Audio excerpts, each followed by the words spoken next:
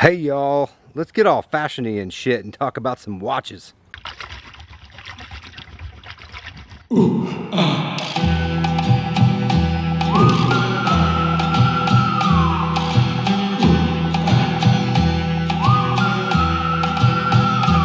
comes to watches, I think there are probably going to be three different schools of thought, roughly, on the type of watch that you would want to wear when you're doing things like kayak fishing and outdoors. You're obviously going to have the smartwatch crowd, your Apples, your Samsung people.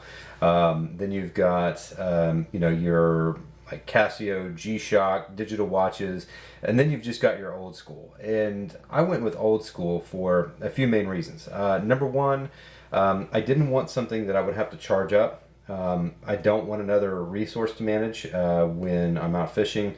If you look at, between GoPros and your cell phone and your kayak battery for your depth finder and all that jazz, I just didn't want to mess with that. I just wanted something that was going to be simple and tell time that I wouldn't have to put a whole lot of thought into.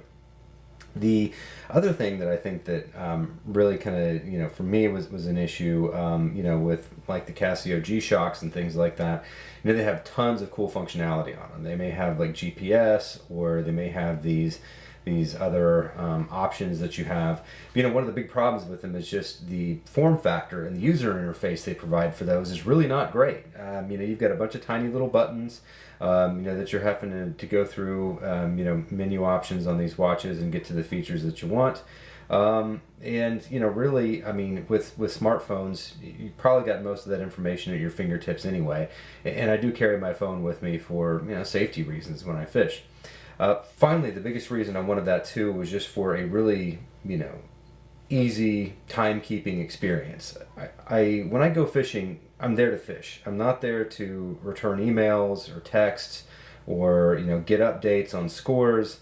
I'm there to fish. I want to be able to fish. Part of fishing for me is decompressing from technology and getting away from that.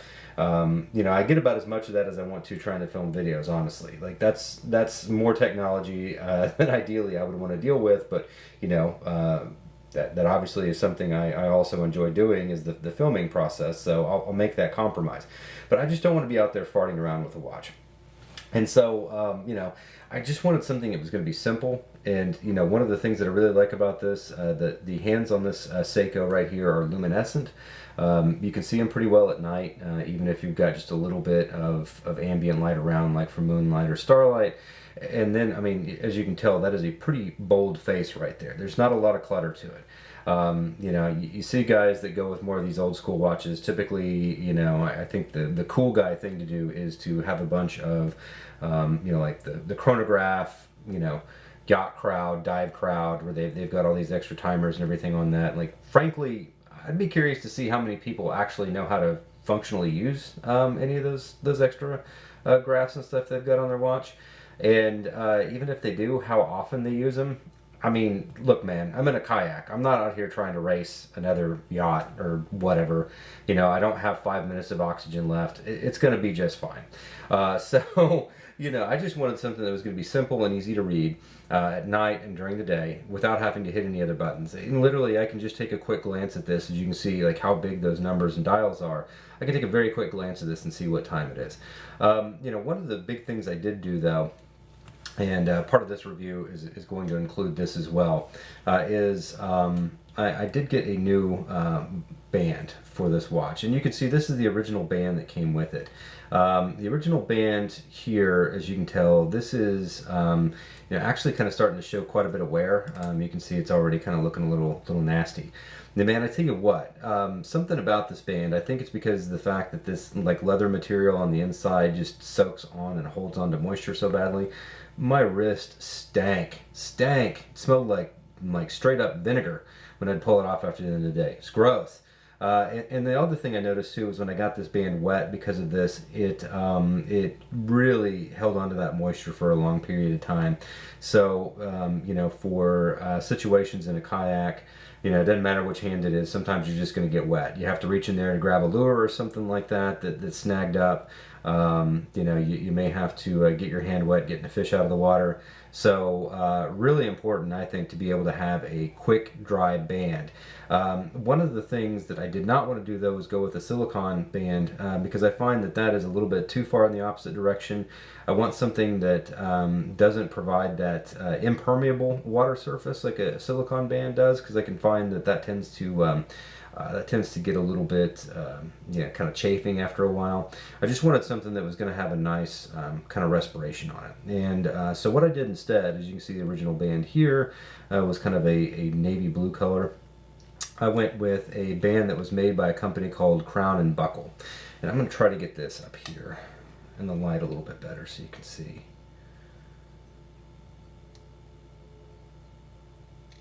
As you can see right there, this is a pretty complex band color.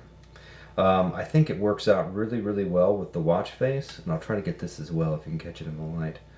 This watch face actually is somewhere in between a black and a navy blue. It's a very, very subtle effect. You can see it a little bit better when it's out in the sunlight. But one of the things I really liked is that this particular watch band with this Seiko, as you can see right here, it's got like a tricolor pattern in it. And it has got navy blue, it's got black, and then it's got this cool kind of olive khaki color right here in the middle, which if you look closely on that Seiko logo right there, is kind of the same color. So it's very nice, very matchy. I like it.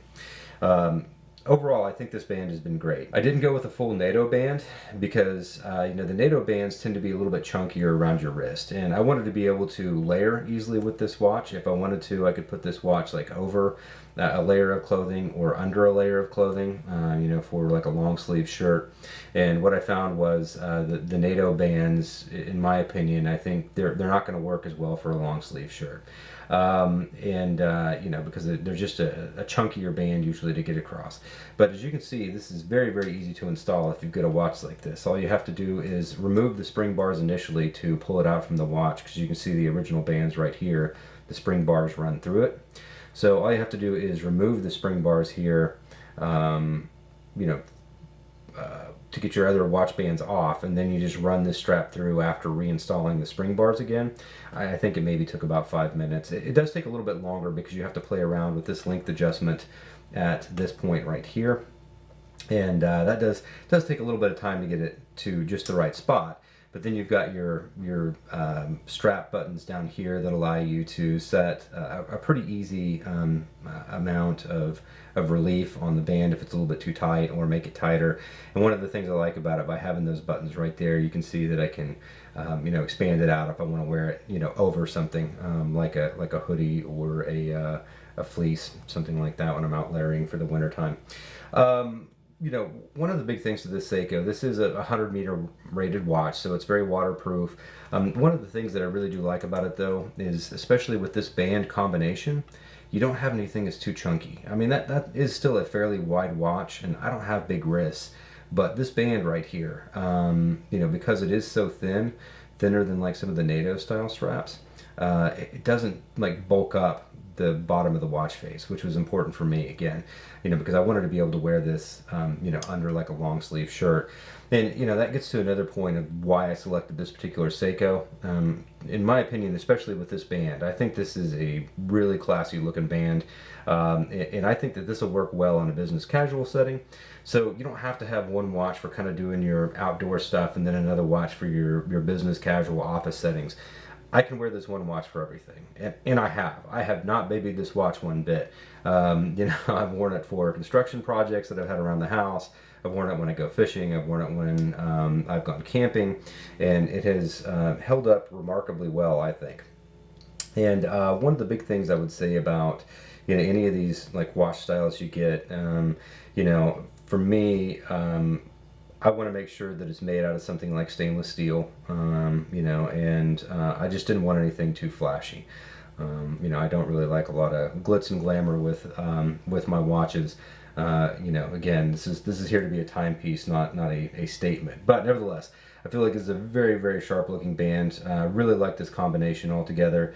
And like I say, even with this, you know, being a little bit bulkier watch than maybe like a traditional dress watch, like it still works well, I feel like, on my wrists, which are not huge. I'm like 5'5", they're 5'10 and a half, 5'11", you know, weigh, you know, probably about 175 pounds. Not a huge dude.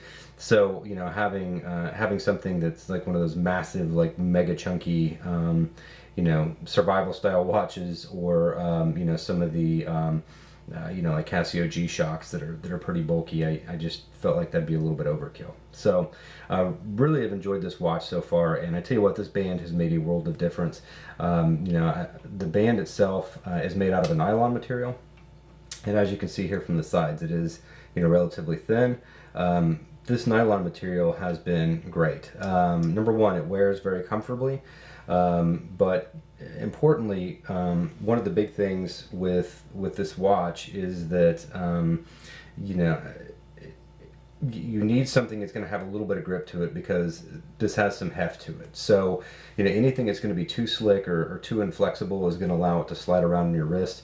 I feel like this material here is definitely comfortable, and it breathes really, really well, sheds water quickly, dries out, keeps your skin able to breathe, but you know, it's still comfortable, and it's not too thick, but it does have a little bit of a tactile surface to it. I mean, you can kind of feel a little bit of grip against it, which I think is great. It's just the right combination, I feel like, of being grippy, comfortable, breathable, and good looking at the same time. So really happy with this combination. You know, of course, I'm going to provide all the links in the description below so you can check it out yourself.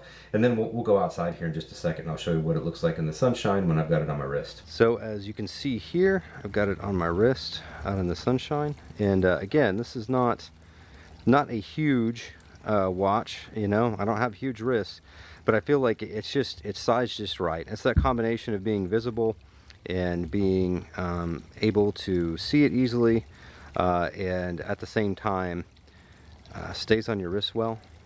Like, I don't have that band super tight, but look at that, it doesn't want to flop around. And like I say, I think it's really an attractive watch. I think total of this combination, I believe the watch band was approximately $30, and I think the watch itself was somewhere around $90 to $95. So it's about, going to set you back about 120 bucks total. And again, I'll provide links to you know, the Amazon link that where I got the watch initially, and then also the Crown and Buckle site. We do want to mention too that the watch band I got from Crown and Buckle, this is the Chevron model, not their NATOs or other types of straps. So anyway, hopefully you enjoyed this. Let me know what you think about the gear review. You know, something new I'm going to start trying, and you know, I want you to give me an honest opinion. I guess now I'm just filming the koi pond, so I don't know, can you see my koi down there? All right, say hello, guys. Anyway, you know, hopefully you guys can really you know, benefit from this. You know, if you like this, let me know. If you think this is stupid and a waste of time, you know, let me know that too. That's fine. So, you know, I still may do it anyway and just ignore you, but I mean, how is that any different than anybody else? Okay, thanks guys. Bye.